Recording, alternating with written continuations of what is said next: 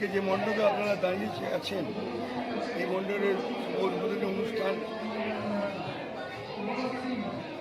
শুরু করলেন সুদীপ বন্দ্যোপাধ্যায়, তাপস রায়, যা তৃণমূল কংগ্রেসের নেতা আর আমাদের সাংসদ বিধায়ক।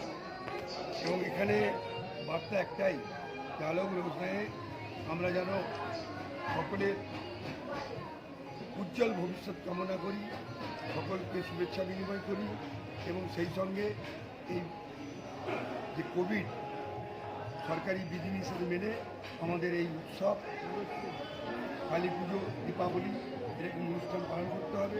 এবং স্বাভাবিকভাবে এটা 62 বছর ধরে এই পুজো এখানে স্মিতা বক্সি যার চেয়ারম্যান, বিনয় দুবের সভাপতি এবং আর অসংখ্য মানুষজনের সমাগম হয় এখানে।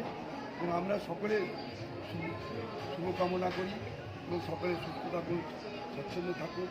একজন মানুষের পরিচয় হিসেবে আমরা যেন সমাজে চিহ্নিত হতে পারি এবং কোভিডের মোকাবিলার জন্যে মায়ের কাছে আসুন। সকলে মিলে আমরা অগ্রহ নিবেদন করি, মায়ের কাছে পুষ্পাঞ্জলি দিই। মা আমাদের শক্তি দাও, আমরা অশুভ শক্তি নাশ করার জন্য সবসময় শক্তি দিয়েছে মা। এই কোভিড নামক যে মানুষে ভেদাভেদ, মানুষকে আলাদা করে দেওয়ার যে চক্রান্ত, তার বিরুদ্ধে যেন আমরা প্রতিহত করতে পারি, এটাই আছে আমাদের সবার কাছে। আজকে হয়েছে প্রথমেই এতগুলো পুরস্কার, তো সত্যিই আমাদের আনন্দ তো হবেই।